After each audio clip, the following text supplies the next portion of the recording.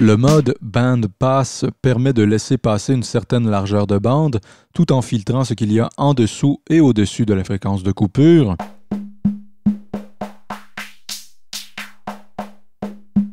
Le High Pass permet l'inverse du Low Pass, autrement dit, il laisse passer les fréquences aiguës et filtre les graves.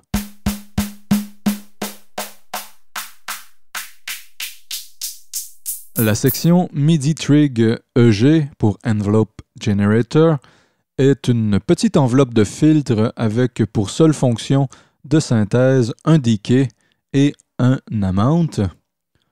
Utilisons une caisse claire avec un long decay pour bien entendre l'impact de cette enveloppe.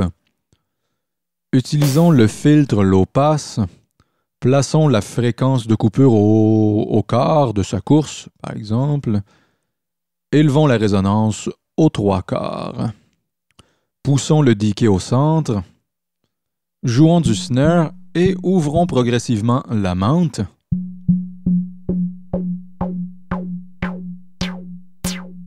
Nous entendons que la fréquence de coupure est contrôlée par le decay de cette enveloppe de filtre. Plus je pousse la mount, plus cela devient audible. Ce qui se passe ici est l'équivalent de bouger très rapidement la fréquence de coupure du haut vers le bas du spectre, et ce, à chaque coup déclenché.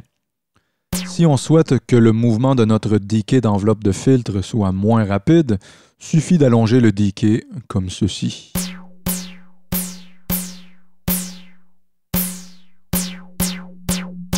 À noter que l'intensité de cette enveloppe de filtre est contrôlée aussi par la vélocité.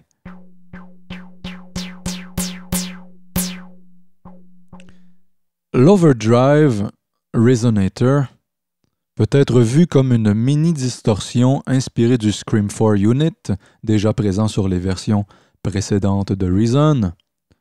Bypassons l'effet. Utilisons un module de bass drum analogue comme source sonore. Activons l'effet. Jouons du bass drum et montons la fonction Drive.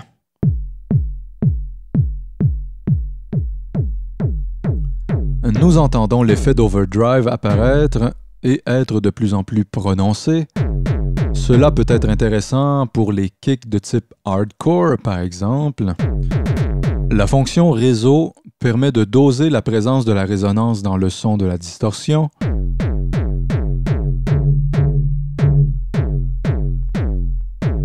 Et Size permet de changer virtuellement la taille de l'espace résonnant.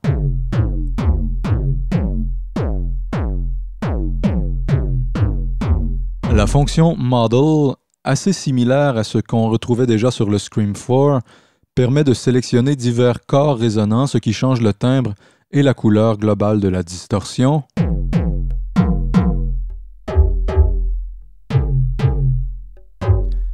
À noter que la couleur de la distorsion est évidemment influencée par l'intensité du volume sonore entrant dans le module. La couleur de la distorsion ne sera pas la même avec un faible volume entrant comme avec un fort volume, ce qui fait que si le volume de notre instrument est contrôlé par la vélocité, la couleur de la distorsion changera en fonction de cette vélocité. Un petit module d'EQ paramétrique à une bande est présent ici dans les modules d'effet. Utilisons un snare drum comme module sonore. L'EQ possède un potentiomètre de fréquence. Cette fréquence est cependant illustrée en valeur MIDI. Ce n'est donc pas un EQ qui est fait là pour être très précis. On utilisera cet EQ pour corriger de gros traits ou encore comme effet créatif. Notre EQ possède un gain ainsi qu'une largeur de bande, ici.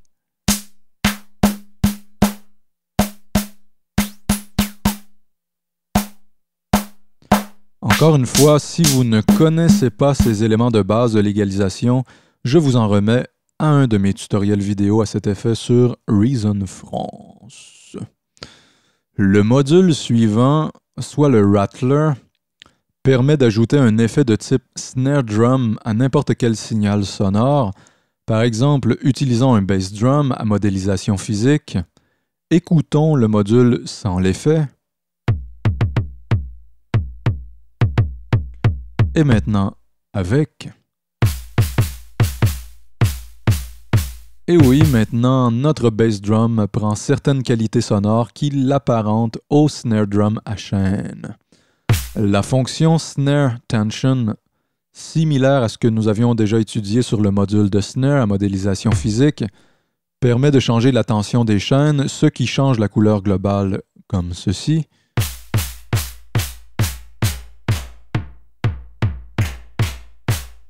La fonction tone est similaire à ce qu'on retrouvait sur le redrum. Elle agit en tant que filtre, ce qui fait que poussé vers le haut, le son du rattler devient plus brillant et crispy, alors que tiré vers le bas, le son est plus assourdi.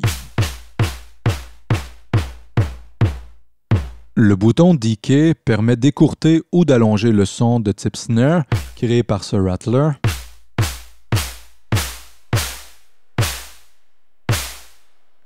Et le bouton Tune permet d'ajuster la hauteur du module.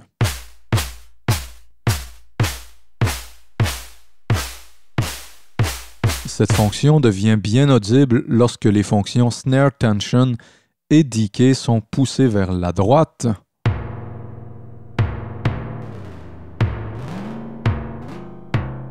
Maintenant, on entend bien la hauteur musicale du module changer.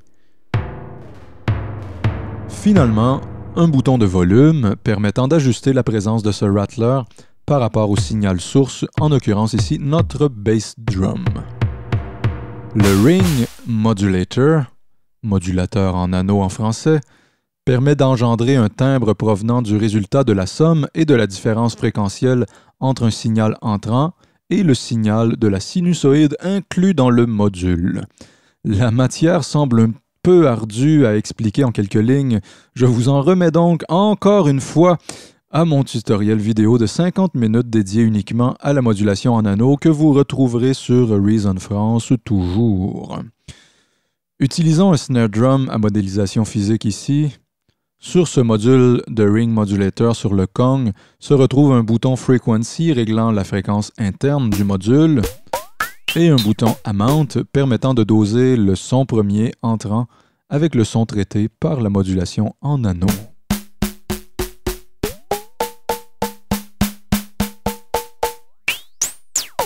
La fréquence peut être contrôlée par une enveloppe dans le même esprit que nous avons vu sur le module de filtre.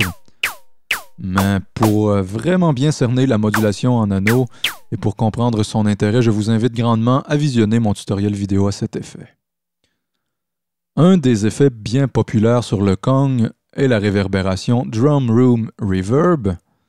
C'est une réverbération qui possède un algorithme de type Room, idéal donc ici pour ajouter une chambre de réverbération à vos percussions.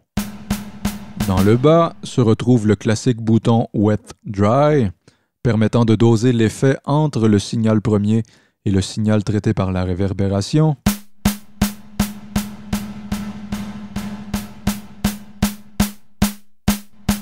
Pour bien entendre les autres fonctions, laissons ça à Wet pour l'instant. La fonction Size permet d'ajuster la taille de la pièce.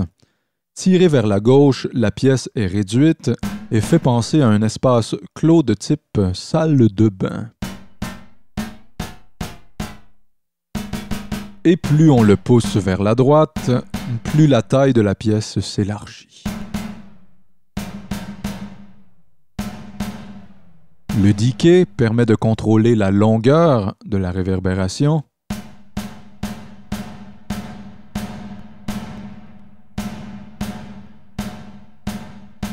La fonction Damp permet de contrôler la présence des fréquences aiguës dans la réverb. Lorsque ce bouton est tiré vers la gauche, les fréquences aiguës sont laissées dans la réverb.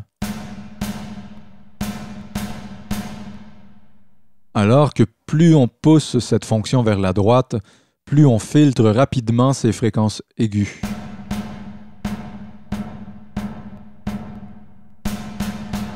La fonction Width gère la stéréophonie de la réverb. Pour une réverb large et stéréo, suffit de pousser ce bouton vers la droite.